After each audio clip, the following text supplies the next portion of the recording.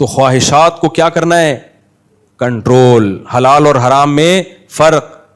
تو یہی قرآن کی دعوت ہے کہ انسان جلباز ہے، وہ حلال و حرام میں فرق کیے بغیر، یہ دیکھے بغیر کہ اس کا مجھے فائدہ ہوگا یا نقصان ہوگا، بے لگام ہو کر خواہشات کے پیچھے بھاگتا چلا جاتا.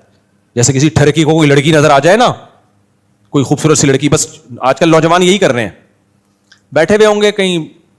ایک حکیم صاحب نے مجھے بتایا، اللہ ان کی مغفرت فرمائے، ویسے تو ابھی زندہ ہیں لیکن بوڑھے ہو گئے، کسی کو پتہ نہیں چلے گا کس کی بات کر رہا ہوں. انہوں نے مجھے اپنا واقعہ سنایا. مجھے کہنے لگے میری 2 بیوی ہیں. میں نے کہا ماشاء اللہ. کہنے لگے میں بہت ٹینشن میں ہوں. میں نے کہا کیوں بھائی؟ کہتے ہیں میں اپنی کلینک میں یا مطب میں بیٹھا ہوا تھا، اچھا بھلا شادی شدہ تھا، پہلی بیوی بڑی خاندانی شریف شرفا، اس سے بچے بھی. تو یہاں سے کوئی لڑکی خوبصورت سی گزر کے گئی اپنی ماں کے ساتھ. اللہ معاف فرمائے، کسی کو پتہ تھوڑی ہے کس کی بات کر رہا ہوں، اس لیے کوئی غیبت نہیں ہے. کہہ رہے ہم میں ایسی ٹھڑک، ہم بھی پیچھے پیچھے نکل لیے. کہہ رہے بڑی خوبصورت سی کوئی جا رہی تھی، بے پردہ سی تھی، بال کھلے ہوئے، بڑی ماڈرن ٹائپ کی. تو کہہ رہے مجھے بڑی اچھی لگی، میں یہیں کوئی ماجون کھا کے اللہ معاف فرمائے بیٹھے ہوئے ہوں گے. تو کہہ رہے مجھے نظر آئی تو ٹھڑک نکل لی، ہم بھی پیچھے. ابے تو آپ کوئی خاندان دیکھو اس کا. کہہ رہے جاتے جاتے میں نے اس کا گھر تلاش کر لیا، بس اٹریکشن روڈ پہ پسند آ گئی.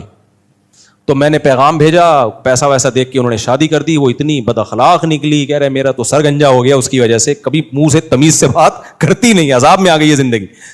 تو میں نے کہا حکیم صاحب یہ کون سا طریقہ ہے یار؟ کوئی روڈ پہ چلتی ہوئی لڑکی جا رہی ہے، پیچھے نکل لی ہے اس کے. تو یہ ہے خواہشات بے لگام، جہاں دل چاہ رہے وہاں نکل لیے. ہمارے ایک استاذ کراچی کے کسی علاقے میں تھے، علاقے کا نام نہیں بتاؤں گا، امام تھے وہ مسجد کے. تو کہنے لگے میں امام تھا تو وہاں اللہ معاف فرمائے، کہہ رہے وہ خاص علاقہ ہے، بہت ہی عجیب قسم کے وہاں کا کلچر ہے. کہتے ہیں میں نے وہاں کے بوڑھوں کو دیکھا، کوئی نماز روزہ نہیں، ایسے ٹھرکی بوڑھے، یہ ان کے الفاظ ہیں، ہمارے حدیث کے استاذ تھے وہ.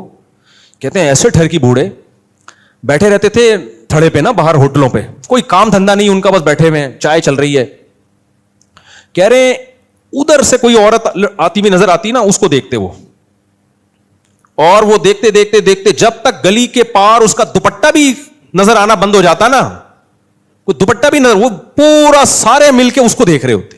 کہہ رہے سارا دن یہی کام تھا ان کا، ادھر سے کوئی پھر دیکھا آ رہی ہے تو سارے یوں شروع.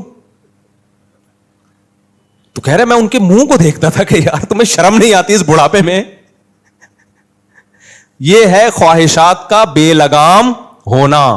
اور بوڑھے ہیں وہ تو پیچھے جا بھی نہیں سکتے نا. وہ حکیم صاحب تو اس وقت جوان تھے، نکل لیے پیچھے، یہ تو جا بھی نہیں سکتے، بس دیکھنا ہی پڑی ہے، اور کیا کریں گے بیچارے، اتنے بوڑھے ہو گئے دیکھ کے خوش ہو رہے ہیں. تو جب انسان میرے بھائی خواہشات بے لگام ہو جاتی ہے، اس کی زندگی بہت برباد. اپنی خواہشات کے لیے اپنے ہاتھوں سے اپنی خوشیوں کو آگ لگاتا ہے. اب ان بوڑھوں کا بیچاروں کا کیا، نہ اللہ کا نام لینے میں مزہ آئے گا ان کو، نہ نماز میں مزہ آئے گا، نہ فجر میں، نہ ظہر میں، نہ تہجد میں، نہ تلاوت میں، نہ دعاؤں میں. ان منحوس گناہوں کی وجہ سے اللہ دعاؤں کی لذت چھین لیتے ہیں، ذکر کی لذت چھین لیتے ہیں، تلاوت کی لذت. ہمارے بوڑھے جو مسجدوں میں آتے ہیں، کیسا ان کے چہرے پہ رونق ہوتی ہے، آ کے بیٹھ جاتے ہیں نمازوں سے آدھا گھنٹہ پہلے، ذکر کر رہے ہیں، اللہ کا نام لے رہے ہیں، دعائیں مانگ رہے ہیں، کتنی ان کے چہرے پہ ایک نور آ جاتا ہے. اس سے دل چاہتا ہے ان سے دعا کرواؤ، ان سے دم کرواؤ. اور ایک وہ ٹرکی ٹائپ کے ہوتے ہیں، بیٹھے ہوئے ہیں سارا دن، کیسی ان کی زندگی دیکھ کے لگ رہا ہوتا ہے یہ پریشان ہے. تو اس لیے میرے بھائی اللہ نے فرمایا ان الانسان خلق ہلوعا، جلباز ہے، فوراً خواہشات کے پیچھے بھاگتا ہے. اس بوڑھے کو یہ تو چاہیے تھا نا، جو دیکھ رہے ہیں یہاں سے وہاں تک، یار نوجوان بھی ہمیں دیکھ رہے ہیں، وہ کیا بولیں گے اس بڑھاپے میں آپ کیا کر رہے ہو، تھوڑا سا نظر کو جھکا لو. لیکن بریکیں کیا ہو گئی ہیں؟ فیل، بریکیں فیل. نہ عزت کا خیال ہے، اولادوں کا بھی خیال نہیں ہے، اولاد کیا کہے گی، ابا کو دیکھو کیا کر رہے ہیں. تو یہ بریکیں فیل. تو اللہ نے کیا فرمایا؟ کچھ لوگ ایسے ہیں جن کی بریکیں فیل نہیں ہوتی، الا المصلین. میرے بیان میں اکثر تمہید لمبی ہوتی ہے، بیان کا حاصل مختصر. فرمایا ہاں جو نماز کی پابندی کریں، پڑھنا نہیں ہے، کیا کرنا ہے؟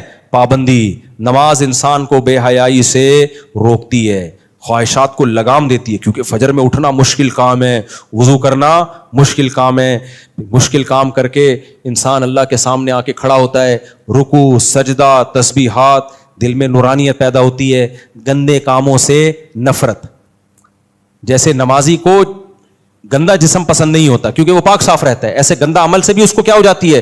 نفرت. یہاں لوگ ایک اشکال کرتے ہیں کہ ہم نے تو بڑے بڑے نمازی دیکھے ہیں الٹے الٹے کام کرتے ہوئے. بے حیائی کے کام کرتے ہوئے؟ اس کا جواب یہ ہے، یہ بالکل ایسا ہی ہے جیسے ڈاکٹر کہتا ہے کہ پیناڈول کی 2 گولی کھانے سے سر کا درد ٹھیک ہوتا ہے. اب آپ کو، میں نے تو اس دن بندہ دیکھا 4 گولیاں کھائیں پھر بھی اس کا درد ٹھیک نہیں ہوا. تو بھائی اس میں پیناڈول کا قصور نہیں ہے، اس کے اندر کوئی سافٹ ویئر غلط قسم کے ڈل گئے، یا اس کو درد ہی کوئی الگ ٹائپ کا ہو رہا ہے، یا وہ پیناڈول کھا کھا کے بھی اتنا زیادہ وہ درد والے کام کرتا رہے سر کے درد کے کہ اس کا درد اس سے ٹھیک نہیں ہو رہا. تو اس کو یوں کہا جائے گا بھائی یہ اگر پیناڈول نہ کھاتا تو جتنا درد ہو رہا ہے نا اس کا ڈبل ہوتا. تو اسی سے خوب سمجھ لو، قرآن کہہ رہے ہیں نماز انسان کو بے حیائی سے روکتی ہے. نمازی آدمی بے حیائی سے دور ہوتا ہے. نماز میں یہ طاقت ہے کہ بے حیائی سے روکتی ہے، انسان کو برے کاموں سے روکتی ہے. اگر کوئی نمازی برے کام کر رہا ہے تو سمجھ لو اگر یہ نماز نہ پڑھتا تو یہ برے کام ڈبل کر رہا ہوتا. تو یہ نماز کا قصور نہیں ہے، یہ ہے ہی اتنا نالائق کہ اس کی نماز نے روکا تو ہے لیکن پورے طور پہ روک نہیں پائی. یا یہ نماز پڑھ نہیں رہا ہے، ڈرامے کر رہا ہے. یہ نماز پڑھنا ہے خشوع و خضوع کے ساتھ ہوتا ہے نا، فارمیلٹی پوری کرنا تھوڑی ہوتا ہے. آج کل کیسے نماز پڑھی جا رہی ہے، اٹھے عادت پڑی ہوئی آئے روبوٹ کی طرح پنکھوں کا حساب کیا 4 رکعتوں میں. وہ اکثر میں لطیفہ سناتا ہوں نا، ایک امام نے 4 رکعت کے بجائے 3 کے بعد سلام پھیر دیا. ایک آدمی نے کہا 3 پڑھی ہیں آپ نے. امام نے کہا سارے بے وقوف ہیں کیا، کسی نے لقمہ نہیں دیا، تو اکیلا، تجھے کیسے پتا چلا 3 پڑھی ہیں؟ کہہ رہے میری 4 دکانیں ہیں تو ہر رکعت میں ایک دکان کا حساب و کتاب چل رہا ہوتا ہے نا، تو ابھی 3 دکانیں کمپلیٹ ہوئی تھی، آپ نے سلام پھیر دیا. تو یہ والی نماز بے حیائی سے روکے گی انسان کو؟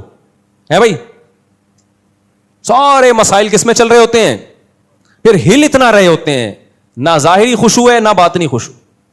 ہمارے حضرت مفتی رشید احمد صاحب رحمہ اللہ تعالی نماز میں ہلنے پر اتنا ناراض ہوتے تھے، فرماتے تھے ویسے صحیح کھڑے ہوگا یہ بالکل آرام سے نا صف میں ایسے تمیز سے بیٹھا ہوا ہوگا، جب اقامت ہو رہی ہے پھر بھی تمیز سے کھڑا ہوگا، نہ کہیں کھجلی ہو رہی ہے اس کو، نہ کہیں خارش ہو رہی ہے، کچھ بھی نہیں ہو رہا، نہ اس کے ساتھ والے کو کچھ خارش وارش ہو رہی ہے، دونوں آرام سے.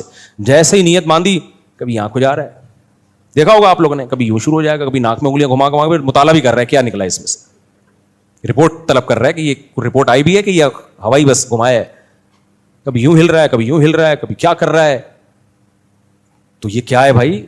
قرآن تو کہہ رہا ہے قوموا للہ قانتین، خشوع و خضوع کے ساتھ اللہ کے سامنے کھڑے ہو جاؤ، خشوع و خضوع کے ساتھ. تو خشوع و خضوع میں دل کا خشوع بھی ہے، دل تو اپنے اختیار میں نہیں ہے، جتنا لگا سکتے ہو لگاؤ، اور ظاہری لحاظ سے بھی خشوع و خضوع پیدا کرے انسان، اس کے آداب کا خیال کرے، تو پھر نماز انسان کو بے حیائی سے روکتی ہے، جلد بازی کی عادت ختم کرتی ہے نماز انسان کے اندر سے، وہ پھر خواہشات کو لگام دینا شروع کرتا ہے. الا المصلین، اللہ نے آگے فرمایا الذین هم علی صلاتہم دائمون، خالی نماز پڑھنا کافی نہیں ہے، نماز پہ پابندی کرتے ہیں. پابندی کرنا آسان کام نہیں ہے. دیکھو قرآن نے کسی گناہ کے بارے میں نہیں کہا کہ بہت مشکل ہے، نماز کے بارے میں اللہ نے کہا انہا لکبیرۃ الا علی الخاشعین، یہ بہت مشکل کام ہے سوائے ان لوگوں پہ جن کے دلوں میں اللہ کا خوف ہے. تو اللہ نے خود مانا ہے پڑھنا مشکل نہیں ہے، پڑھتے رہنا کہ کبھی بھی زندگی میں قضا نہ ہو، یہ مشکل کام ہے. تو یہ مشکل کی جس کو توفیق مل جائے وہ بہت بڑا کامیاب ہے. ہمارے ایک ہندوستان سے رشتہ دار آئے تھے، ہم جو میری عمر 10-12 سال تھی، تو میں نے کئی بار یہ پہلے بھی بیان میں واقعہ سنا ہے، یہ میں صرف موٹیویشن کے لیے سناتا ہوں کہ بھائی ایسی نماز ہونی چاہیے. نمازی آدمی کو ہر وقت فکر ہوتی ہے، جو آرام سے بیٹھا ہوا ہے نا، پڑا ہوا ہے آرام سے، گھڑی نہیں دیکھ رہا بار بار، اس کا مطلب وہ نمازی نہیں ہے. نمازی جہاں بھی جائے گا نا بار بار گھڑی دیکھے گا، یار نماز میں ٹائم کتنا ہے، قریب میں کوئی مسجد ہے تو جماعت ہونے والی ہے کہ نہیں ہونے والی. دیکھو میرے لیے اب مشکل ہو گیا ہے، میں کہیں سفر میں جاتا ہوں، پہلے میں اس کا اہتمام کرتا تھا جماعت ہونے والی ہے کہیں قریب، کیونکہ سفر میں بھی اگر قریب میں مسجد ہے تو جماعت سے نماز پڑھنی پڑے گی آپ کو، اگر قریب میں مسجد ہے. کیونکہ لوگ جاتے ہیں پنجاب 10 دن کے لیے، جماعتیں چھوڑ رہے ہوتے ہیں، ہم تو مسافر ہیں. او بھائی آپ ٹھیک ہے شرعی لحاظ سے مسافر ہو، مگر یہاں تو آپ نے اسٹے کیا ہوا ہے نا، ٹھیک ہے 2 رکعت پڑھو گے، لیکن مسجد اگر قریب میں ہے تو پھر تو امام کے پیچھے پڑھنی پڑے گی. مسجد کی جماعت چھوڑنا آپ کے لیے جائز تھوڑی ہے. ہاں ٹریولنگ کے دوران کہیں بس نکلنے کا خطرہ ہے یا کوئی وہاں وہ ایک الگ مسئلہ ہے، اس میں ٹھیک ہے آپ مسجد کی جماعت چھوڑ سکتے ہیں. اب ہمارے لیے مسئلہ یہ ہو گیا کہ اب مشہور ہونے کی وجہ سے کہیں کراؤڈ میں جانا بہت مشکل ہو گیا، سیلفیاں ویلفیاں اتنی کہ وہ آدھے گھنٹے کا کام 2 گھنٹے، پھر سیکیورٹی کے مسائل. تو اب میں بعض دفعہ نہیں جاتا مسجد میں، کہیں جا رہا ہوتا ہوں یار گھر پہ پڑھ لیں گے یا راستے میں پڑھ لیں گے. لیکن مسئلہ شرعن یہی ہے کہ نمازی آدمی ہر وقت کیا کرے گا، تھوڑی دیر بعد گھڑی دیکھے گا، یار نماز کا ٹائم تو نہیں ہو گیا. تو میں وہ واقعہ سنا رہا تھا، ہمارے ایک رشتہ دار آئے انڈیا سے، میری عمر 10-12 سال تھی اس وقت، ان کی عمر تھی 70 سال.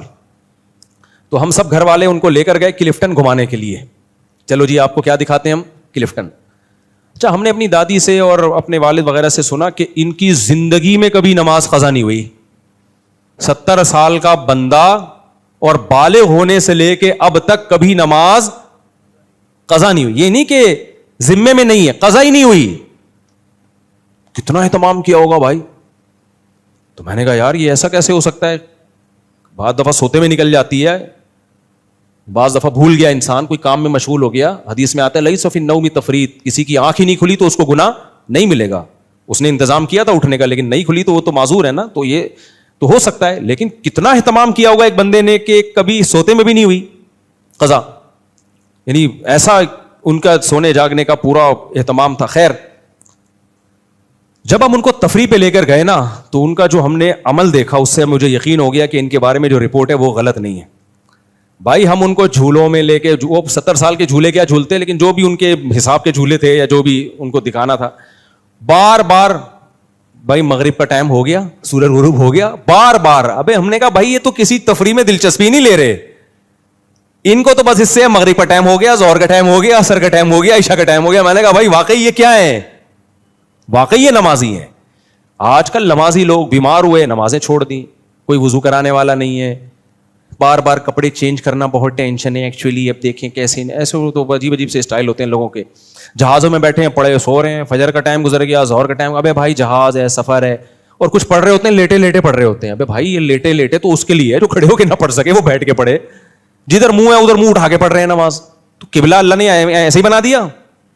نفل نماز آپ سنتیں جہاں منہ ہو سفر میں پڑھ سکتے ہیں, سواری پہ, لیکن فرض نماز تو آپ کو قبلے کی طرف رخ کرنا پڑے گا. کہتے ہیں ہمیں جہاز میں کہاں سے پتا چلے گا. بھائی ایئر ہوسٹس سے پوچھ لو یار, ویسے تو چائے منگوا رہے ہو ایئر ہوسٹس سے, اس وقت شرم نہیں آ رہی, یہ نہیں سوچ رہے کہ نامحرم ہے. کولڈ ڈرنک منگوا رہے ہو, کھانا منگوا رہے ہو, تو منہ سے پھوٹ لو, پوچھ لو کہ جی قبلہ کس طرف ہے. اکثر ایئر ہوسٹس بتا دیتی ہے, ان کو نیویگیشن ہوتا ہے نا, ان کے پاس سب پتا ہوتا ہے. نہیں تو وہاں ایلڈیاں لگی ہوئی ہوتی ہیں, بہت کچھ ذرائع ہیں. اگر انسان چاہے نا کہ میری نماز قضا نہ ہو تو بہت سارے طریقے ہیں, لیکن ہم چاہتے ہی نہیں ہیں.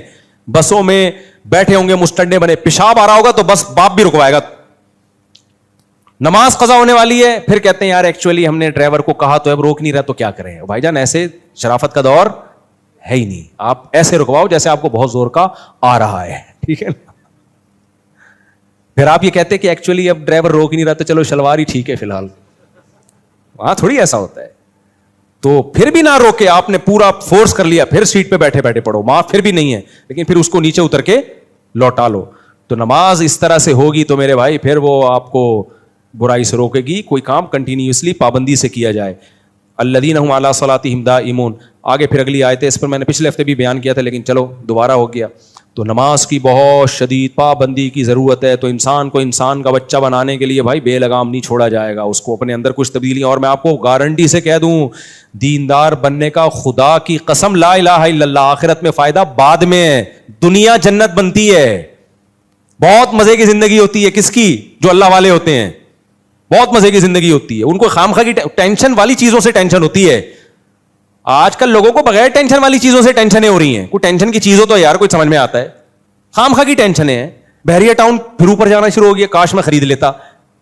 ابے تیرا آٹا دال چل رہا ہے میرے بھائی, یہ ٹینشن کی چیز تھوڑی ہے یار. وہ امریکہ نکل گیا, ہم وہیں کے وہیں ہیں, پتہ نہیں کیا کیا لوگوں کے مسائل ہیں. چھوٹی چھوٹی چیزیں دیکھو, جب آپ دیندار بن جاؤ گے آپ کا ظرف اتنا بڑا ہوگا, آپ کہو گے مجھے اگر 2 وقت کی روٹی مل رہی ہے, سر چھپانے کی جگہ ہے, اور جسم کسی بڑی بیماری سے محفوظ ہے, تو مجھ سے زیادہ عیاش دنیا میں کوئی نہیں ہے. حالانکہ اتنا ملتا نہیں, اس سے 10 گنا زیادہ ملتا ہے. تو آپ کی ضرورت آپ کے ذہن میں آئی اتنی ہے, مل 10 گنا زیادہ رہے تو بہت زیادہ خوش ہوگے کہ نہیں ہوگے. اور اگر دنیا کو اصل بنا لیا, اللہ کو اسلام کو زندگی سے نکال دیا, تو پھر آپ کی سوچ یہ ہوگی جتنا بھی آ گیا نا وہ کیا ہے, کم ہے. اپنی بیوی بھی اچھی نہیں لگے گی آپ کو, بولے کہ یار وہ بھابھی اس کی وہ دیکھو کیسی ہے, اس کی کیسی ہے, یہ کیا ہے یار. اسی میں میرے پاس آ رہے ہوتے ہیں لوگ, گھٹ گھٹ کے مر رہے ہوتے ہیں. میں کہتا ہوں ان کو سوچو جن کے پاس جو کما رہے ہیں, جن کو کوئی 40 سالیں عمریں ہو گئی, کوئی لفٹ کرانے کے لیے تیار نہیں, تو خوش ہو جاؤ, تمہیں مل تو گئی نا.